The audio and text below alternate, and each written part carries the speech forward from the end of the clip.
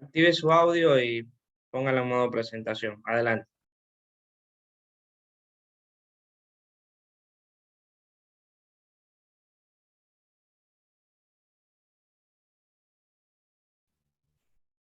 Ya, ahora sí.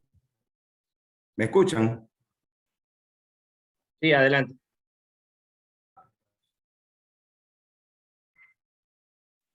Bueno, muy buenas tardes.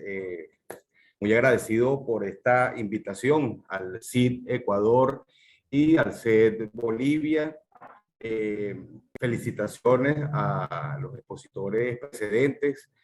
Muy interesantes intervenciones en donde se ha discutido durante esta intensa jornada de 3 días distintos aspectos dentro de lo que es la educación, el sistema educativo, los métodos, la didáctica, y me corresponde avanzar en este caso en la presentación de una propuesta en la cual hemos estado trabajando, a la que hemos titulado Didáctica para la Praxis Investigativa en el Periodismo Especializado. Para mí, por supuesto, es un orgullo, un placer poder compartir en estos minutos esta presentación y, por supuesto, tratar de hacer algún aporte en el entendido que el tema que vamos a abordar está relacionado principalmente con el estudio de la educación, pero en el ámbito universitario. En este caso específico en la comunicación social, pero que muy bien pudiera ser asimilado en otras áreas del conocimiento, como la sociología, el trabajo social, en la educación también, dado que es una propuesta que tiene la intención de, digamos, sensibilizar a nuestros estudiantes, a nuestros alumnos que están en formación, para la praxis investigativa. Partimos del criterio de que la investigación en sí misma es una labor que es intrínseca y consustancial con la actividad del periodismo. Sencillamente es una herramienta clave para el desempeño en el ámbito de la comunicación social. ¿Por qué? Porque esta capacidad o esta competencia implica para el comunicador social el hecho de que debe conocer los hechos, o sea, saber qué es lo que está ocurriendo, tratar de identificar entonces a los involucrados en estos hechos, o sea, quiénes o quién está relacionado con el hecho, quién es el protagonista del evento al cual estamos haciendo referencia. También darle un contexto a lo que ocurre, resolviendo interrogantes como el cuándo y el dónde está ocurriendo el suceso.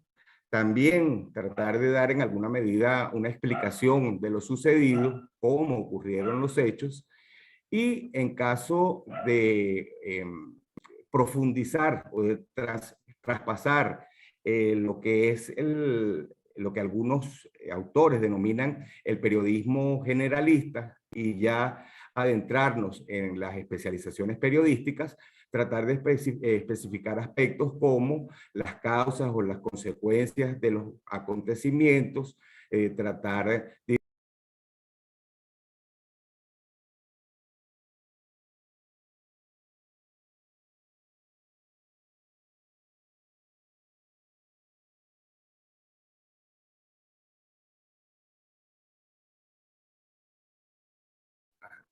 creo que se nos fue la señal, me disculpan eso, pero bueno, es un tema, es un tema de comunicación que tenemos aquí en el país, que bueno, lamentablemente es posible que tengamos alguna interrupción. Él les explicaba entonces que el, el aspecto esencial en esta materia tiene que ver justamente con la posibilidad de sensibilizar entonces a nuestros estudiantes con relación al hecho de dar a conocer lo que acontece en su entorno y en algunos casos, ya para el tema de las especializaciones, tratar de profundizar en otros elementos que van más allá de simplemente reportar lo que ocurre. Es por allí en donde nosotros identificamos o damos una noción acerca de lo que para nosotros representa la investigación periodística. Y decimos de ella entonces que es ese camino que va a permitir aproximarnos a la verdad de los acontecimientos de forma sistemática y organizada. Y esto con el propósito entonces de indagar temas, de poder incorporar nuevos contenidos e informar a la colectividad a partir de un relato sobre tales hechos, haciéndolo de manera veraz, oportuna, confiable, sin sesgos ni censuras. Es un poco la pretensión que hemos tenido en el ámbito de la comunicación, así que como en otras ciencias, de tratar de presentar los hechos sin que intervengan nuestros valores, que no hagan un ruido innecesario a la hora de comunicar lo que ocurre a nuestro alrededor. Y por supuesto, el tema de la censura, que ya no depende quizás directamente de nosotros, sino de las autoridades que están a cargo de controlar las comunicaciones en los distintos medios. Entonces, esto nos hace preguntarnos acerca de la realidad, porque efectivamente, ¿en dónde ocurren estos hechos? Justamente en ese espacio de lo que llamamos realidad. De acuerdo a las definiciones que podemos conseguir en algunos diccionarios, se dice que la realidad es entonces la existencia verdadera y efectiva de algo o de alguien. Dicho de otra manera, también se considera que la realidad entonces son todas aquellas cosas que existen en el mundo real. Y esta definición nos pone en contexto de contraponer la realidad con la ficción o con la fantasía. Es decir, todo lo que nosotros podemos llegar a apreciar a través de nuestros sentidos o a través de los instrumentos que nos permitan aproximarnos a ella, van a estar presentes para nosotros dar cuenta de lo que ocurre. La realidad, entonces, consideramos que posee algunas características que la definen, aun cuando también es importante señalar que yo sé que estos temas, cuando vamos a hablar ahora de realidad y verdad, quizás puedan ser estudiados con mucha mayor profundidad en otras corrientes de conocimiento, como por ejemplo puede ser la filosofía, la sociología, etcétera, pero nos interesa tener por lo menos una noción básica que podamos transmitirle a nuestros estudiantes para que ellos entiendan en dónde se ubica nuestra tarea. En base a las características, nosotros hemos considerado pues que la realidad es única, hay una sola realidad. Esta realidad única es indivisible, más allá que, dadas las limitaciones que tenemos en cuanto a la percepción y a la posibilidad de poder captarlas, es limitada. Y es lo que nos obliga en ocasiones a tratar de segmentarla, de fraccionarla para poder abordarla, dado que no tenemos las capacidades necesarias para poder asumirla o conocerla en toda su integridad. La realidad también consideramos que es infinita, es diversa. Imagínense ustedes, o sea, cuando hablamos de realidad, puede ser que pensáramos en algún momento en el átomo, pero entonces resulta que los estudios han demostrado que podemos ir más allá y podemos hablar de materias subatómicas. Eso en el plano, en el microuniverso. Pero también podemos pensar en el macrouniverso, estos estudios que se están haciendo acerca del espacio infinito, los planetas, las estrellas, los sistemas solares, etcétera.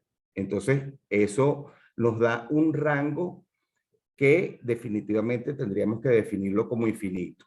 Pero también entendemos que la realidad es a la vez dinámica, está en constante movimiento. Y eso hace que esa realidad sea cambiante, que constantemente esté en evolución, esté cambiando. es multidimensional, es compleja. Nos decía, por ejemplo, eh, Maturana, habla de la complejidad de la realidad. También nos decía Ludwig Wittgenstein, el filósofo austríaco, que los límites del mundo son los límites de nuestro lenguaje, así que podemos imaginar que todos los días estamos en la búsqueda del conocimiento sobre la realidad y que eso se va alimentando, se van constituyendo en acumulaciones del conocimiento que nos hacen acercarnos cada vez más a un universo que se hace infinito. Toda esta complejidad hace también que la realidad sea incierta. O sea, nosotros no podemos, o sea, podemos tener certeza a lo mejor de lo que ocurrió ayer, pero no necesariamente es lo que va a ocurrir hoy y mucho menos podemos pensar que es lo mismo que va a pasar mañana, aun cuando hay un hilo que une estos tres momentos. Y por supuesto, debemos considerar además que la realidad es conflictiva. Si consideramos que se está compartiendo en un mismo espacio y tiempo la posibilidad de sobrevivir de todos los seres y de las cosas que formamos parte de esa realidad. Quizás un elemento que nos parece, un pensamiento que parece que resume estas inquietudes, lo encontramos en Albert Einstein, quien acerca de la realidad decía que no es otra cosa que la capacidad de engañarse que tienen nuestros propios sentidos. O sea que esas certezas que nosotros pudiéramos considerar no son tales, sino también los invito a que leamos La modernidad líquida de Bauman, en donde nos explica que, bueno, que todo aquello que era un conocimiento sólido a partir de las ciencias y todo esto, resulta que estamos en una fase de transición, de posmodernidad, en donde él hace una metáfora del estado líquido, en donde el estado líquido va variando, se va ajustando, se va acomodando de acuerdo a cómo va evolucionando el entorno y cómo vamos evolucionando los seres humanos. También esta noción de realidad está muy vinculada con otro concepto que resulta bastante importante, que es el de la verdad, en donde se dice que la verdad entonces es esa correspondencia entre lo que pensamos o sabemos con relación a ella, a la realidad. El término de verdad en estas condiciones pudiéramos considerar que tiene como dos aspectos que debemos considerar.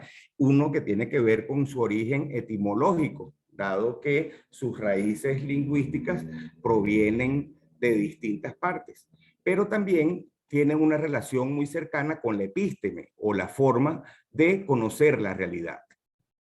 En estos términos, encontramos una primera definición que deviene del latín veritas, en donde la verdad surgiría entonces a partir de la verificación o de la comprobación de los hechos.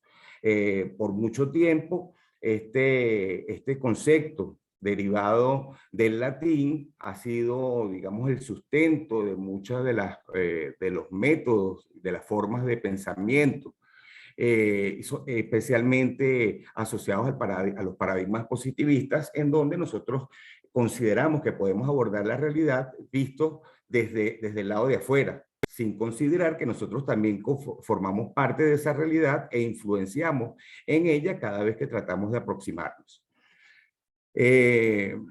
Resumiendo esta perspectiva, diríamos entonces que la verdad es la coincidencia entre una afirmación y los hechos, o la realidad a la que dicha afirmación se refiere, pero también está en concordancia con la fidelidad a una idea. O sea, nosotros podemos considerar que somos unas personas honradas, pero si nosotros con nuestras acciones no lo demostramos, difícilmente otras personas puedan considerar que estamos diciendo lo cierto.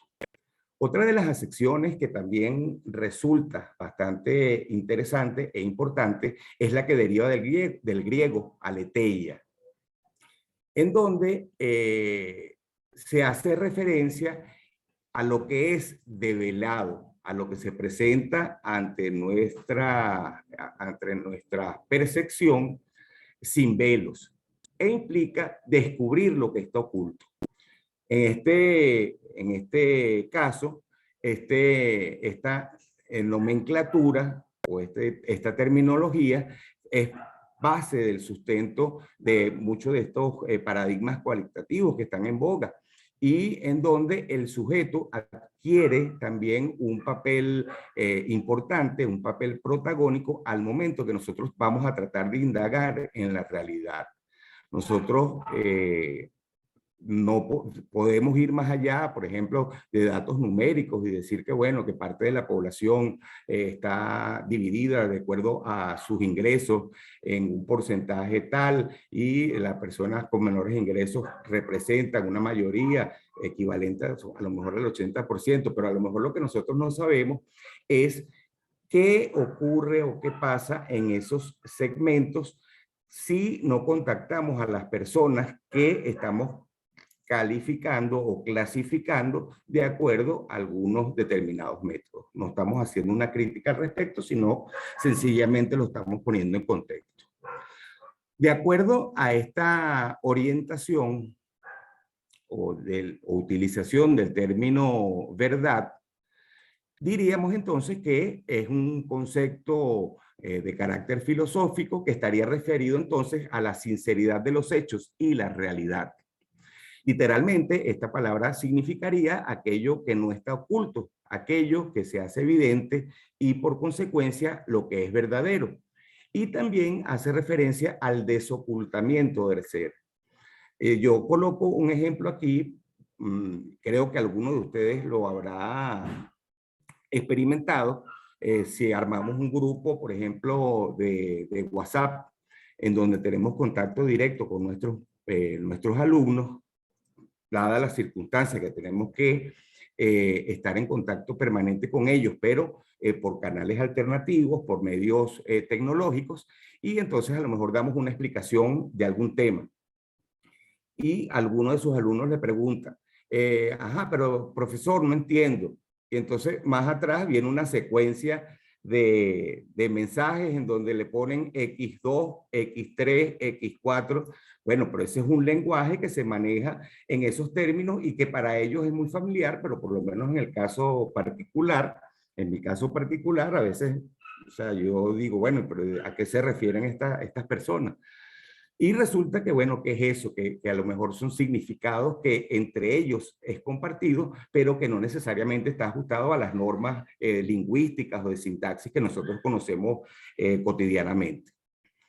Y eso lo podemos averiguar es indagando en ese segmento o en esa parte de la realidad. Otra de las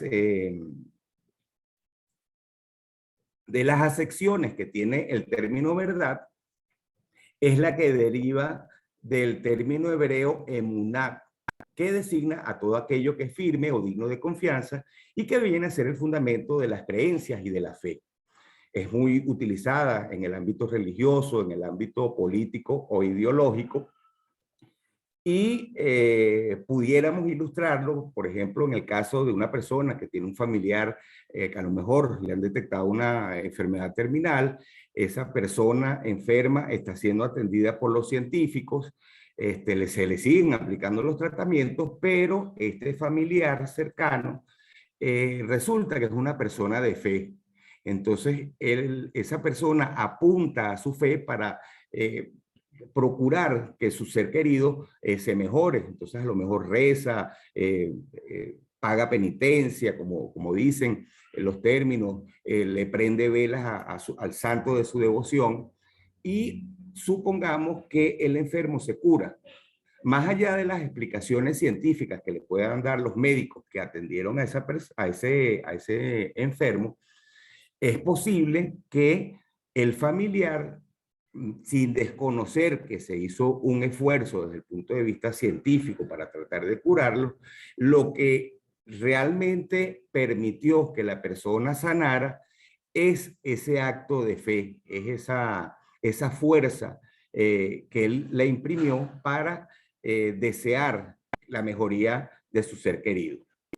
Dicen entonces, con relación a la emunat, que es una convicción que es innata, es una percepción de verdad que trasciende a la razón. O sea, entra allí, digamos, el carácter dogmático de esa relación o de esas creencias y no trata necesariamente de evadir los criterios de la razón, de la racionalidad.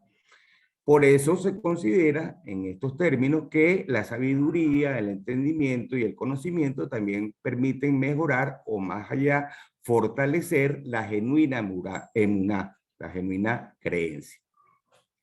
Ok, ya tenemos dos elementos esenciales para poder hacer nuestro análisis. Uno, la realidad, otro, la verdad, entendiendo que ambos son diferenciados.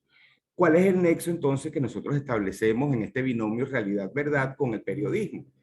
Conseguimos entonces lo que nos plantea una autora, Estela Martini, en su trabajo Periodismo, Noticia y Noticiabilidad, en donde ella hace una distinción entre lo que es el acontecimiento y lo que es la noticia, entendida la noticia entonces como ese concepto fundamental que describe la actividad del periodista.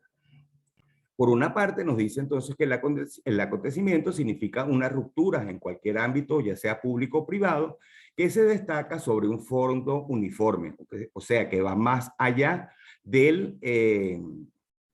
va más allá de la cotidianidad y que por consiguiente constituye una diferencia que también tiene la característica de ser definido por los efectos que puede generar en el tiempo y en el espacio en los cuales ocurre el acontecimiento. O sea, impacta porque para el momento y en el lugar en donde está ocurriendo, genera esa diferencia, ese elemento diferenciador con la cotidianidad de lo que está ocurriendo en el entorno. Y para ello, la actividad del periodista es entonces aportar o dar a conocer la noticia, la cual es definida en este caso como una construcción periodística. Ya vemos que hay una separación necesaria entre lo que es el acontecimiento, que es el hecho ocurrido en la realidad, y la forma en que nosotros expresamos a través del lenguaje ese acontecimiento. ¿Por qué? Porque es una construcción del periodista. Es esa construcción del acontecimiento cuya novedad, imprevisibilidad y los efectos futuros sobre la sociedad lo ubican en un plano que lo hace relevante y que hace necesario su reconocimiento. También señala esta autora que el medio en el cual se difunde esa noticia o esa información es una variable necesaria a la hora de definirlo. No es lo mismo dar una noticia a través de un medio impreso que tiene como un ciclo de 24 horas. O sea, nosotros conocemos algo hoy, pero lo sabremos mañana a través del periódico. Sin embargo, no es lo mismo en el caso, por ejemplo, de la radio o de la televisión, que tienen una característica de ser mucho más inmediata que la prensa escrita, y mucho menos aún ahora que existen las redes sociales y estos mecanismos electrónicos que todas las personas tenemos, o muchas personas, perdón, tenemos a la mano y que podemos en algún momento determinado, sin ser necesariamente profesionales del periodismo, de la comunicación social, tomar una foto, mandar un mensaje y decir que hubo un accidente en tal parte sin dar mayores detalles. Eso, por supuesto, también ha complicado el tema de la comunicación social en el sentido que le abre las puertas a unas distorsiones comunicativas, como la podemos llamar, que es la desinformación, los llamados fake news, false news, las distorsiones, la criminalización de ciertas personalidades, organizaciones, etc. Pero que no, por supuesto, no es un tema que vamos a profundizar en esta presentación. Otro aspecto importante entonces en este caso a discutir en el marco de esta presentación es la relación o el vínculo, la dicotomía entre lo que son las prácticas de investigación o la praxis investigativa en el periodismo.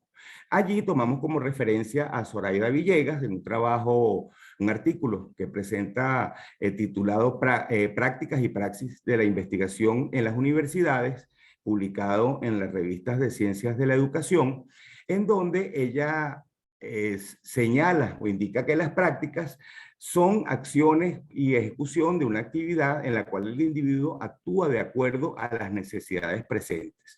Ella hace una crítica bien fundamentada, en la cual señala que nosotros, los docentes, esto nos afecta, o por lo menos el ejemplo que ella toma tiene que ver con la docencia, en donde muchas veces nosotros los docentes hacemos trabajo de investigación, pero no necesariamente relacionado con la solución de problemas en la sociedad o en la comunidad, sino por cumplir determinados requisitos, como por ejemplo del reconocimiento, de las obligaciones de investigación para ascensos, para ocupar determinados cargos dentro de la estructura universitaria o académica, pero que nos hemos alejado del fin último, que sería hacer investigación para tratar de resolver problemas de las comunidades o de las personas. Es allí donde ella introduce el término o considera el término praxis para tratar de establecer esa diferencia, aun cuando etimológicamente ambos términos tienen una raíz similar. Nos dice con relación a la praxis entonces que es ese actuar responsable, reflexivo, crítico y consciente de las acciones que se están ejecutando. Entonces vemos que ya no es un tema de hacerlo por cuenta propia o por un beneficio propio, sino que ese trabajo de investigación y análisis lo hacemos para tratar de buscar soluciones.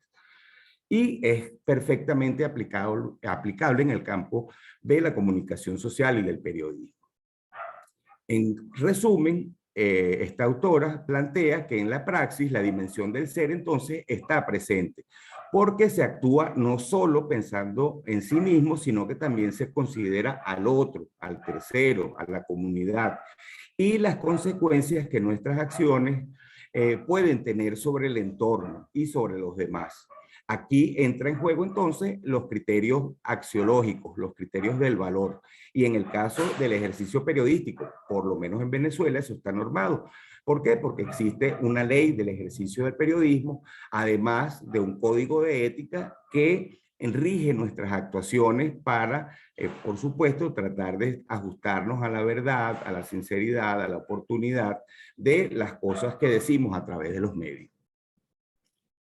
Me disculpan si voy un poco rápido, pero bueno, el tiempo apremia.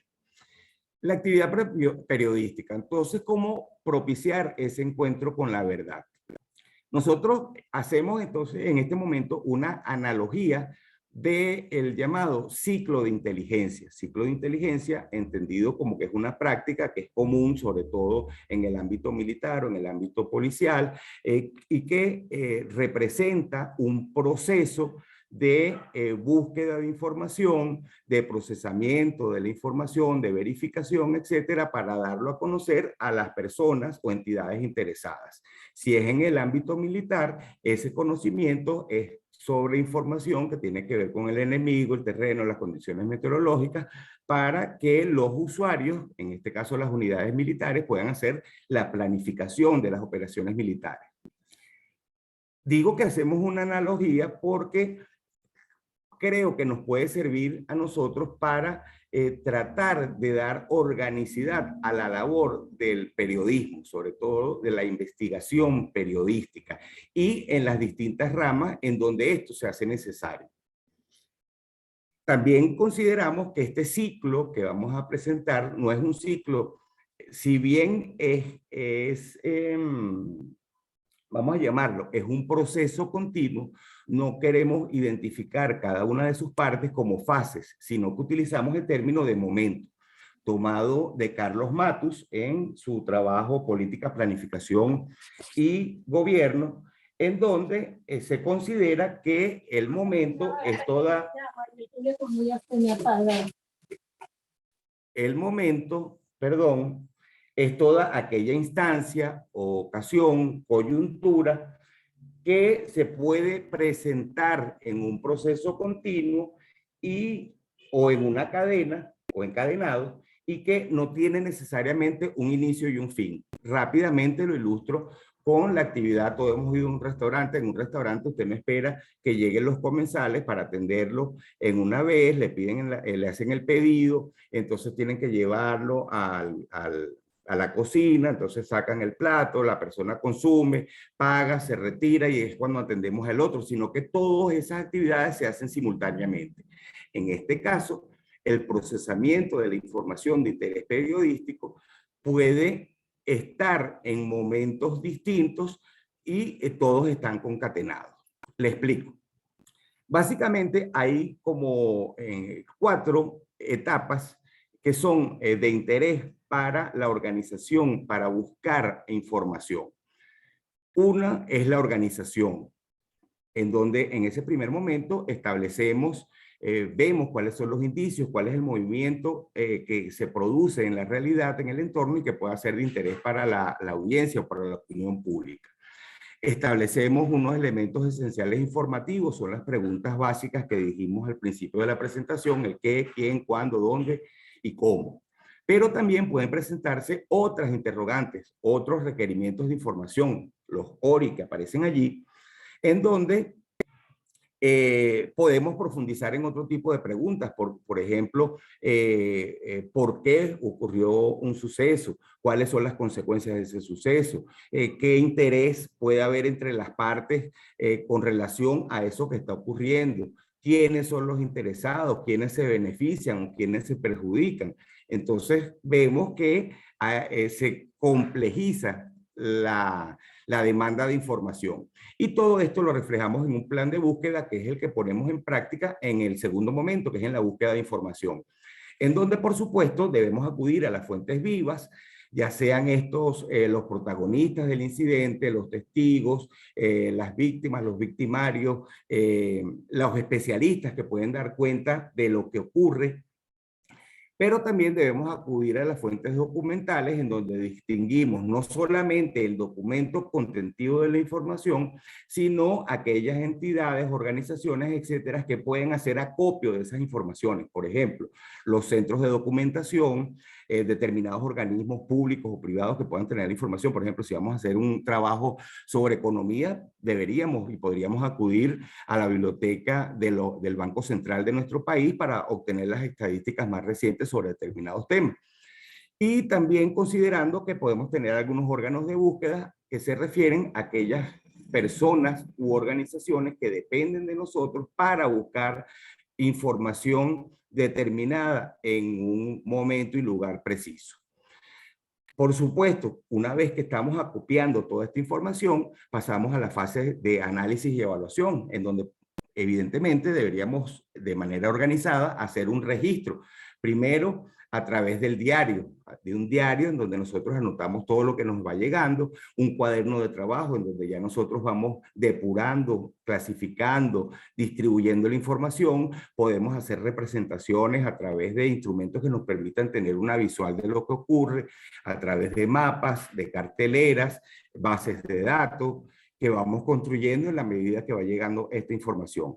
Posteriormente hacemos una evaluación que tiene como digamos 2 columnas vertebrales. Uno, evaluar la información propiamente dicha y otra, evaluar las fuentes de donde obtuvimos la información. En cuanto a la información propiamente dicha, deberíamos tener conocimiento acerca de la pertinencia de la información que nos está llegando y la exactitud de la información que vamos a manejar. Y por otra parte, con relación a la fuente, considerar la confiabilidad por una parte y por otra parte la valoración que nosotros hacemos de esa fuente, darle un valor en una escala. Con toda esta información, entonces nosotros procedemos a la fase de interpretación. ¿Qué implica esto? Entonces analizar, interpretar, elaborar conclusiones, hacer proyecciones, establecer o formular escenarios posibles con relación a determinados temas.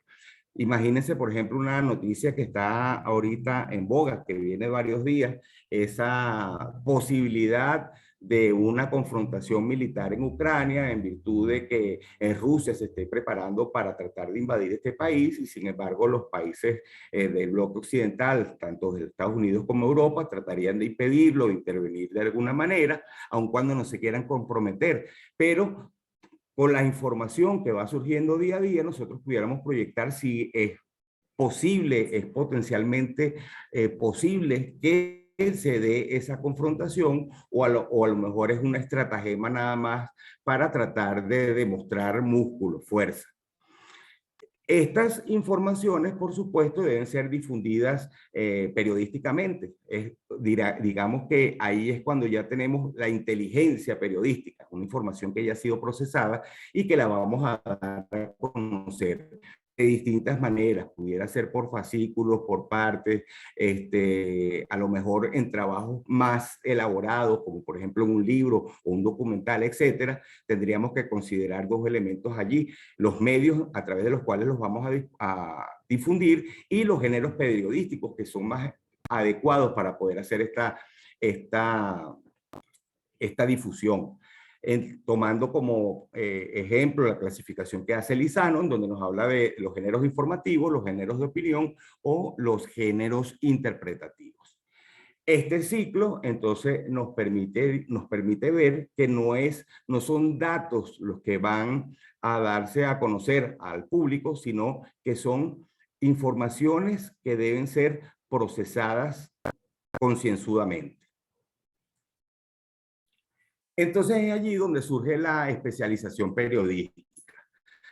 Para Chacón y García señalan que esta especialización periodística pretende entonces ordenar contenidos informativos para tratar de corregir los problemas que se originan, por una parte, debido a la atomización informativa. O sea, hay mucha información dispersa en diversos lados. Hay una excesiva parcelación de las áreas del saber y hay una falta de sistematización de los contenidos. A veces no es tan fácil conseguirlo porque no hay un orden, no hay un espacio y lugar que nos permita ubicarla de manera oportuna. También a los especialistas en las distintas materias se ven en la necesidad de acudir a diversas fuentes disponibles para que les permita entonces poder desarrollar su trabajo periodístico y en consecuencia contextualizar, describir, explicar, interpretar y valorar los acontecimientos sobre los cuales informa. Especializaciones, bueno, esto apenas es una enumeración enunciativa y no implica que sean las únicas formas de especialización periodística, pero las más conocidas son, por ejemplo, el periodismo internacional, el periodismo político, el periodismo económico, el periodismo de investigación, que no es investigación periodística, sino que se vale de ella para poder dar cuenta de su objeto de investigación, que es sobre todo aquellas situaciones en donde hay entidades o personas que están interesadas en ocultar la información. O sea, por ejemplo, los casos de corrupción, de relación entre entidades públicas con grupos delincuenciales, pudiera ser, ¿verdad? Pero en donde siempre hay alguien que está interesado en ocultar la información. De eso se encarga el periodismo de investigación. El periodismo de precisión, de datos, el periodismo deportivo, que ya, fíjense que ya no se limita a lo que ocurre, a narrar lo que ocurre en una cancha, cuando, por ejemplo, en el día de hoy, y felicito a los compañeros bolivianos, tenemos un encuentro de la Vinotinto venezolana con la selección de Bolivia en el marco de la eliminatoria al Mundial de Qatar 2022, pero en donde fíjense que ha ocurrido que ya el tema importante, más allá de un encuentro, de un partido en particular, entonces resulta que por la cantidad de dinero que se mueve, hay el tema de las contrataciones, el tema de gobiernos que han detectado que jugadores que ganan mucho dinero han tratado de evadir los impuestos, han tratado de ocultar sus ingresos, etcétera. Entonces fíjense que ya eso nos lleva por otros derroteros, por otros caminos distintos al juego propiamente dicho. Eso en el ámbito deportivo. El periodismo medioambiental, cultural, gastronómico, turístico, etcétera. muchas modalidades en donde hay unas necesidades documentales precisas y un análisis necesario. ¿Qué implica todo esto? Bueno, que necesitamos entonces un profesional del periodismo que pueda desarrollar ciertas competencias, y esas competencias las empieza a desarrollar desde el momento de su formación, desde el momento en que está en las aulas, antes de salir, digámoslo así, al terreno, al campo laboral. ¿Cuáles son esas competencias? Bueno, deberían tener, por ejemplo, por todo lo que hemos dicho, capacidades para poder organizar y planificar la actividad periodística, capacidad para trabajar bajo presión y trabajar en equipo, posibilidades de adaptarse a situaciones imprevistas, manejar herramientas informáticas. Eso es necesario no solamente en la carrera de periodismo, sino en cualquier otra. Destrezas para recopilar información, uso efectivo de las técnicas de recolección de información, dominio de los métodos de investigación. Entonces vemos aquí que ya saber o conocer y manejar las metodologías de la investigación no es un tema de cumplir con un requerimiento para poderme graduar, con un requerimiento académico, sino que debería formar parte de nuestra, digamos, de nuestra caja de herramientas para poder trabajar. Conocer fuentes necesarias y establecer ese círculo de relaciones para poder potenciarlo, y tener criterios de validación de la información y las fuentes. ¿Con qué contamos para hacer todo esto? ¿Cuáles son las herramientas didácticas que nosotros nos permitirían desarrollar esas competencias? Allí entonces hablamos de la caja de herramientas. La caja de herramientas, en donde no voy a hacer mucho énfasis. Todos ustedes, o seguramente muchos de ustedes, conocen algunos de estos términos, pero en donde deberíamos en aula dinamizar o hacer dinámicas de grupo, organizar cineforo, hacer simulaciones, estas simulaciones enlazadas a lo mejor con un juego de roles. O sea, en la simulación de una sala de redacción, hay algunos que son investigadores, habrá otros que van a reportar, habrá otros que van a manejar los equipos para poder hacer las grabaciones, si es algún trabajo audiovisual que se va a hacer, alguno será el jefe de la redacción, pero podemos ir rotando las funciones entre todos los alumnos para que todos adquieran la experiencia. Hacer análisis de programas, ya sean de televisión o de radio, que nos puedan servir como modelizadores para confrontar al estudiante con las experiencias propias del campo de trabajo, desarrollar talleres de planificación, desarrollar trabajos a través de mapas mentales o de mapas conceptuales, hacer storyboard, a lo mejor una secuencia donde contemos una historia a través de imágenes, sean en fotografías o dibujadas.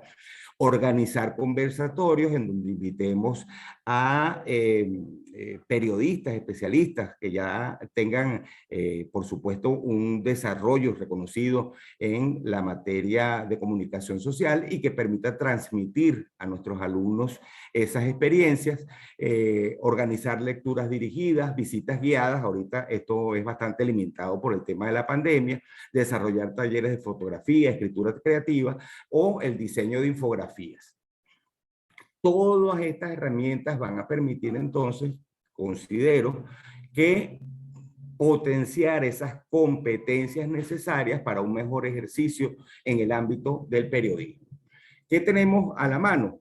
Por lo menos en cuanto a lecturas, podemos mencionar solo algunos autores, hay muchísimos más por supuesto. Por ejemplo, el caso de George Orwell, quien tiene libros como por ejemplo 1984 o La rebelión de la granja, en donde hay nos permite tener una visión sobre el manejo de los medios de comunicación, pero como instrumentos de propaganda, por ejemplo. Muy común durante la Segunda Guerra Mundial, en donde el especialista por excelencia era Joseph Goebbels, el más conocido, pero que también, por supuesto, los países aliados hicieron lo propio para tratar de contrarrestar la propaganda nazi. Obras clásicas que nos permiten ilustrar las crónicas periodísticas, como por ejemplo en el caso de Truman Capote, con su texto, su novela A Sangre Fría, Gabriel García Márquez, un reconocido autor latinoamericano, premio Nobel, quien escribió Crónicas de una muerte anunciada y otras obras que también nos permiten reforzar esa capacidad que debemos tener y que también es necesario incentivar la lectura en nuestros alumnos porque no sé si les ha ocurrido lo mismo, hemos detectado que los alumnos son reticentes a leer, a querer leer. Ahora todo lo tienen a la mano porque se meten en internet, buscan en San Google y cualquier tema, lo primero que encuentran, eso es lo que exponen.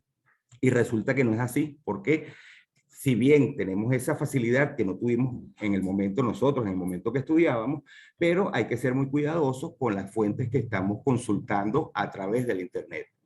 También para aquellos que tienen, digamos, mayor inclinación por el aprendizaje en lo visual, en el campo visual, ya lo había mencionado, creo que mi predecesora hizo alguna referencia al respecto, tenemos algunas películas que también son importantes, por ejemplo, Orson Welles y El Ciudadano Kane, en donde el énfasis allí es cómo podemos conocer la historia de alguien fallecido, pero a través de las personas que pudieron tener contacto con él. Y la herramienta en este caso es la entrevista. El caso de Todos los hombres del presidente, creo que algunos de ustedes a lo mejor la han visto, protagonizada por Robert Redford y Dustin Hoffman, en donde se expone el caso Watergate, que le costó, digamos, la presidencia al expresidente Richard Nixon, fallecido, si no me equivoco, Sputnik, en donde a través de una investigación periodística se logró, digamos, poner al descubierto ante la opinión pública los temas de pederastia que afectaban o que tenía como protagonista a miembros de la Iglesia Católica, primero en Boston, pero que también recorrió pues el mundo entero y en donde creo que aún hay investigaciones al respecto.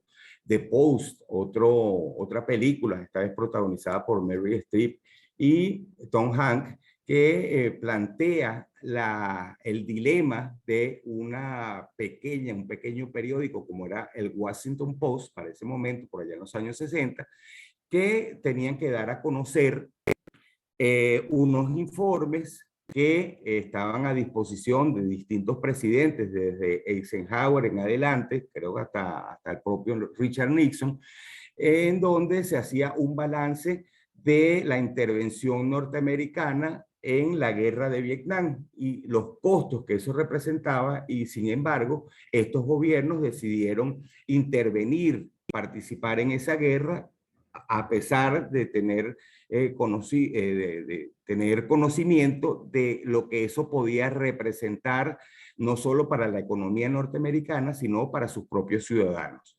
Y todo esto fue producto de también una investigación periodística que puso sobre la mesa todo eso que estaba ocurriendo. Y así sucesivamente, si nosotros indagamos, hay más de 21 títulos de todas las categorías o todos los géneros, en donde el foco central de atención tiene que ver con la actividad del periodista, ya sea en términos de comedia, en términos de drama, historias ficticias, pero que están ambientadas en ese contexto. Y bien, con todo esto, bueno, no me resta más que agradecer al comité organizador por esta oportunidad. Pongo a disposición de las personas que nos están acompañando a esta hora algunos de los documentos o de la bibliografía que nosotros revisamos para hacer esta presentación.